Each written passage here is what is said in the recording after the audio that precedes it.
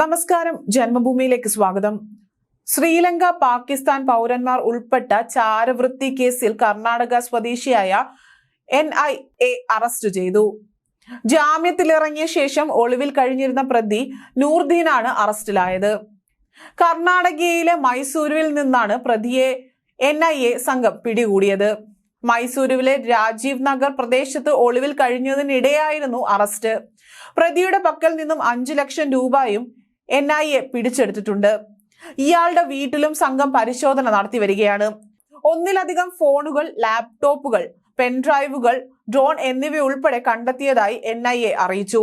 ഭീകരാക്രമണ ഗൂഢാലോചനയുമായി ബന്ധപ്പെട്ടാണ് കേസ്. ശ്രീലങ്കൻ പൗരൻ മുഹമ്മദ് സക്കീർ ഹുസൈൻ, കൊളംബിയോ പാകിസ്ഥാൻ ഹൈക്കമ്മീഷൻ ജോലി ചെയ്യുന്ന അമീർ സുബൈർ സിദ്ദിഖ് എന്നിവരാണ് കേസിൽ മറ്റു പ്രതികൾ. കഴിഞ്ഞ വർഷം ഓഗസ്റ്റിൽ ജാമ്യത്തിൽ ഇറങ്ങിയതാണ് നൂർദീൻ. കേസിൽ ഈ മാസം 7-ന് ഇയാളെ കുറ്റവാളിയായി പ്രഖ്യാപിച്ചിരുന്നു.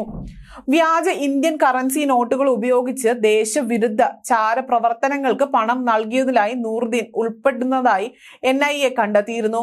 2014 ചെന്നൈയിലെ US കോൺസുലേറ്റിലും ബംഗളൂരുവിലെ ഇസ്രയേൽ എംബസിയിലും സ്ഫോടനം നടത്താൻ പ്രതികൾ ഗൂഢാലോചന നടത്തിയിരുന്നതായി NIA അന്വേഷണത്തിൽ കണ്ടെത്തി.